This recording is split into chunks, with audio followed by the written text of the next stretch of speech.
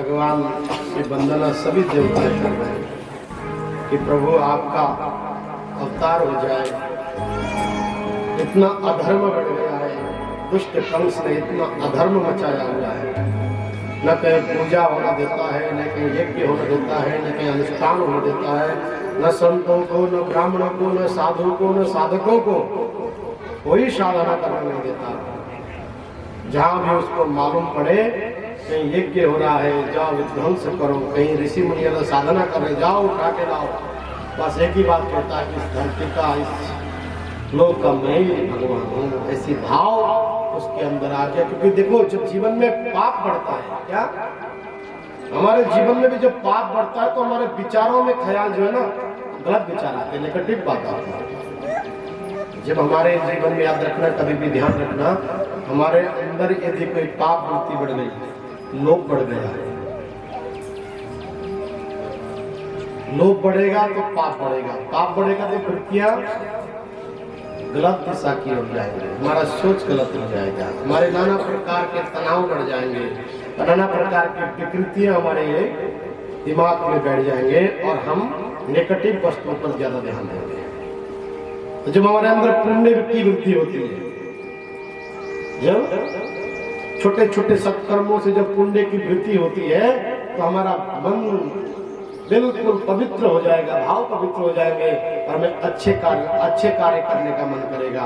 भगवान के चरणों वंदना, भगवान के धाम में जाने के, समाज के कुछ अच्छे कार्य, जो सामाजिक कार्य, और बार बार अच्छे ख्याल आएंगे, अच्छे मन में विचार आएंगे, अच्छे भाव आएंगे, समझ लो कि हमारे जीवन में पुण्य की उदय हो गए, महापुरुषों की कृपा हो गई, सदगुरु की कृपा हो गई। ये भाव वास्तविक जो आदमी देखते नेगेटिव में जा रहा है, नेगेटिव सोचता है, इसका मतलब उसके पुण्य क्षय हो रहे हैं, अब पाप हो रहे हैं।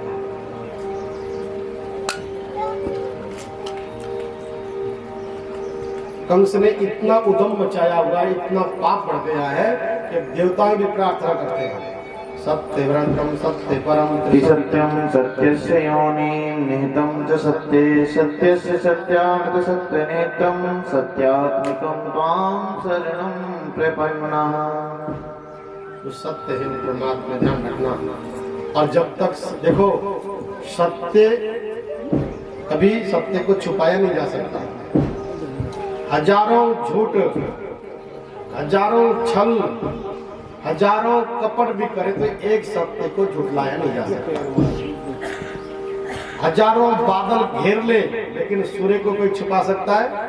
थोड़ी देर के लिए सूर्य छुप जाता है बादलों के बीच में, लेकिन फिर सूर्य अपनी गति से सूर्य नारायण निकल जाते हैं। उसी प्रकार से हम हजारों गलतियां कर ले, हजारों एक गलती को छुपाने के लिए लाखों झूठ बोले, लेकिन एक दिन जाके झूठ पकड़ी जाती है तो सत्य को कोई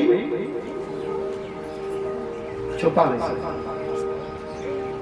देर हो सकती है, ध्यान रखना, समय लग सकता है, लेकिन अंधेरा कभी जो है कामयाब नहीं हो सकता है। तो अब सारी धरती में जितने भी ऋषि मुनियां हैं, जितने विप्र लोग हैं, ब्राह्मण लोग हैं, साधु लोग हैं, संत लोग हैं, सब भगवान की वंदना कर रहे हैं। प्रभु बस अब आप अवतार लीजिए। यहाँ तक तो तीनों लोकों में, 14 भुवनों में सभी देव देवताएं, गंधर्व, किन्नर, यक्ष आदि सब भगवान की वंदना कर रहे हैं कि प्रभु अब आप अवतार लीजिए, क्योंकि दुष्ट ने बहुत उद्यम मचाया है। और भगवान में कब अवतार लेते हैं? जब जब होई धर्म के हानि बाढ़िए सूर्य तुम अभिमानी। राम सिया राम जय जय राम, राम सिया राम जय जय राम। तब तब प्रभु हरि विविध शरीरा, हरहि कृपा निधि सज्जन पीरा। राम सिया राम जय जय राम, राम सिया राम जय जय राम। विप्रधेनु सुर संत हिंद लीन मनुज अवतार निज इच्छा निर्मित तनु माया गुण गोपाल सियावर राम जय जय राम मेरे प्रभु राम जय जय राम करो कल्याण सीताराम करो कल्याण सीताराम। हम लोग भी पूजा पाठ क्यों करते हैं? क्यों पूजा करते हैं, क्यों पाठ करते हैं, क्यों वंदना करते हैं, क्यों स्तुति करते हैं? वह स्थिति इसलिए करते हैं, स्तुति इसलिए करते हैं कि परमात्मा हमारे अंदर आए हुए संकट, हमारे ऊपर आए हुए संकट, हमारे ऊपर आए हुए कष्ट को आप हरण करो। यहाँ तो सारे मृत्यु लोक में, पृथ्वी में एक संकट आया हुआ है। अब भगवान ने निमित्त बनाया कहाँ? किसके पास भगवान ने आना है? वसुदेव साक्षात भगवान भगवान ने, जिन्होंने हजारों वर्षों तक तपस्या करके, ध्यान रखना, ऐसे भगवान किसी के घर में पुत्र बन के आएगा क्या? भगवान आ सकता है किसी घर में पुत्र बनकर? देखो हम लोग मंदिर जाते हैं, धाम में जाते हैं, तीर्थों में जाते हैं, गुरु चरणों में बैठते हैं, तो क्या मांगते हैं? सुख मांगते हैं, प्रभु हमें सुख प्रदान करो, हमें वैभव प्रदान करो, हमें धन प्रदान करो, हमें कार प्रदान करो, हमें मकान प्रदान करो, है? हमारे बच्चे अच्छे हो, हम यही मांगते हैं। लेकिन देवकी और वसुदेव ने न जाने कितने जन्मों से भगवान का, कितने जन्मों तो बार बार मांग होकर, बार बार एक ही बार मांगा। जितने बार भी भगवान तपस्या की, भगवान प्रसन्न हो गए और एक ही बार मांगा कि प्रभु हमें आप जैसा कोई पुत्र चाहिए, प्रभु आपके दर्शन हो। बार बार मांगो हो, बार बार एक ही बार मांगा, क्या प्रभु बस आप जैसा कोई पुत्र हो। तो भगवान ने अंतिम में कहना पड़ा कि जाओ,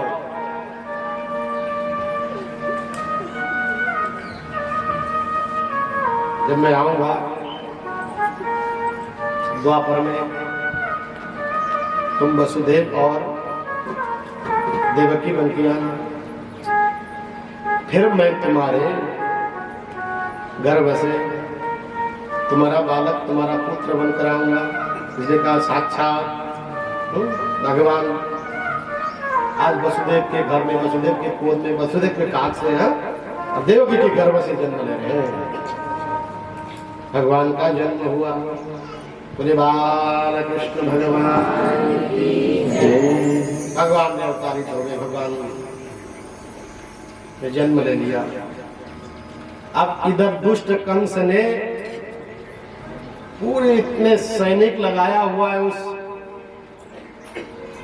कारावास में, जेल में बड़े बड़े सैनिकों को खड़ा किया हुआ। ध्यान रखना, कोई आए ना, कोई बाहर, यहाँ से कोई मक्खी भी बाहर ना जाए और मक्खी भी अंदर ना जाए। क्योंकि उसको भय है कि देवकी का अष्टम गर्भ मेरा काल है, उसको मालूम है कि इसके कोख से लेने वाला जो बालक है वो मेरा मृत्यु का कारण है। 7वां गर्भ तो पात हो गया, गर्भपात हो गया, देवताओं ने मेरे साथ छल किया है, लेकिन 8वां गर्भ को कुछ नहीं होना चाहिए क्योंकि वो मेरा काल है। लेकिन देखो भगवान की कृपा, जब भगवान को जिसने पूरे सृष्टि का उत्पन्न किया हो, विश्वोत्पत्ति, जिसने विश्व का उत्पन्न किया हुआ हो, वो क्या चाहे तो क्या नहीं कर सकता। उसने अपनी ऐसी लीला रची, भगवान का आने का समय जैसे हुआ, कंसों को जो कभी ऐसा नींद नहीं आया था वैसा नींद आ गया, सोया हुआ कोई मालूम। इधर सारे सैनिक सो गए,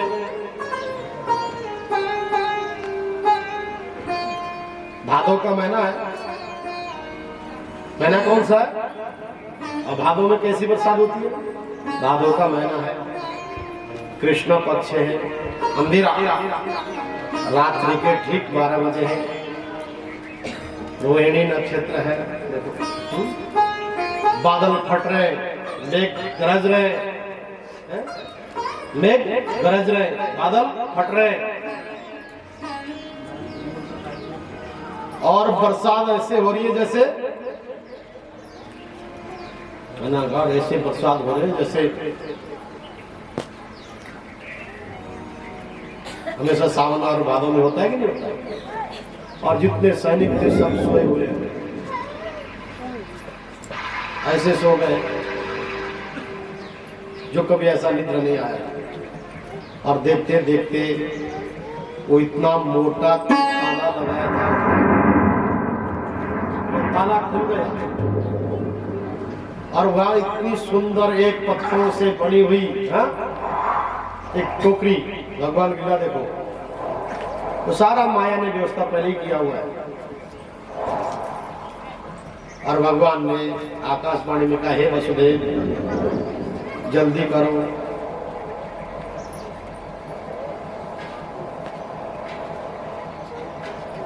प्रभु को गोकुल ले जाओ। और गोकुल में जाकर नंदा बाबा है, यशोदा मैया है, उनके गोद में लेटा दो। और वहाँ एक बालिका है, उसको फटाफट लेके आओ, शीघ्रता में लेके आओ। आकाशवाणी बहुत छोटी है। और जैसे वसुदेव जी के सारे बेड़ियां खुल गए, जंजीरें खुल गई और टोकरी में ठाकुर जी को रखा, सिर पे उठाया और ठाकुर जी को लेके चले। जैसे दुष्ट कंस के उस जेल से, उस कारावास से बाहर निकले, कोठरी से बाहर निकले, देखा क्या प्रसाद है,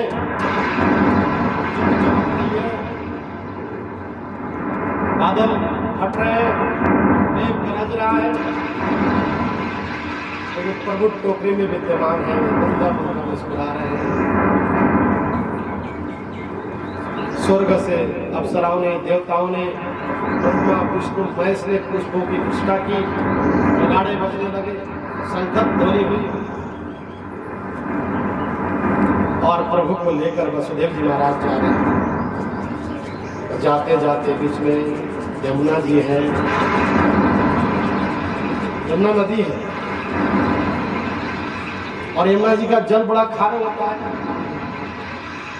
काला है, काली है यमुना जी, और बिल्कुल पानी भी खारा है। और कोई जल्दी से पी भी नहीं सकता। और बरसात इतनी भयंकर है कि यमुना जी खान मार रही है, ऐसे खान मार रही है। लेकिन वसुदेव जी को तनिक भी कोई भय नहीं है। देखो, जिसके ऊपर परमात्मा की कृपा होती है तो भय नाम की कोई वस्तु नहीं होती। जब परमात्मा कृपा करता है, देखो भगवान आपके सामने प्रकट होकर कुछ देने वाला नहीं है, लेकिन आपको विल पावर देगा, एनर्जी देगा, आपको भय मुक्त कर देगा। ये उसकी कृपा है। जिसके सिर पर जिसने दुनिया सारी सृष्टि को धारण किया, वो आज उसको जो है वसुदेव जी महाराज धारण कर रहे हैं। और जैसे ही यमुना जी के पास समीप पहुंचे, चले पर यमुना जी को खारो खारो, मीठे रस से भर्योड़ी राधा रानी लागे, महारानी लागे। मने करो करो तुम नजीरो पानी लागे।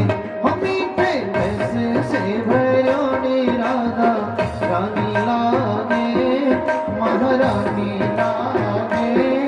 मन करो करो तुम नजीरो पानी लागे। मन करो करो जब नजीरो पानी लागे।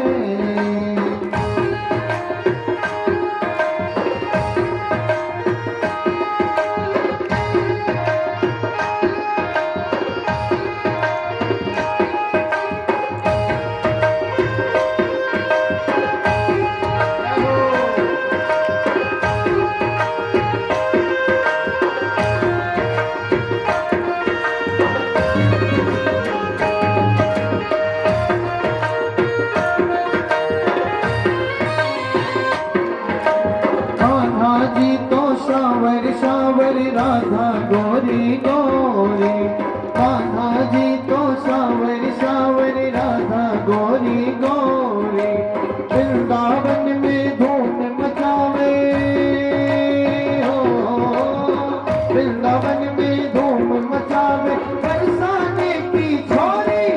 ब्रज धाम राधा जो की राजधानी लागे महारानी लागे मन करो करो यमुना जीरो पानी लागे मन करो करो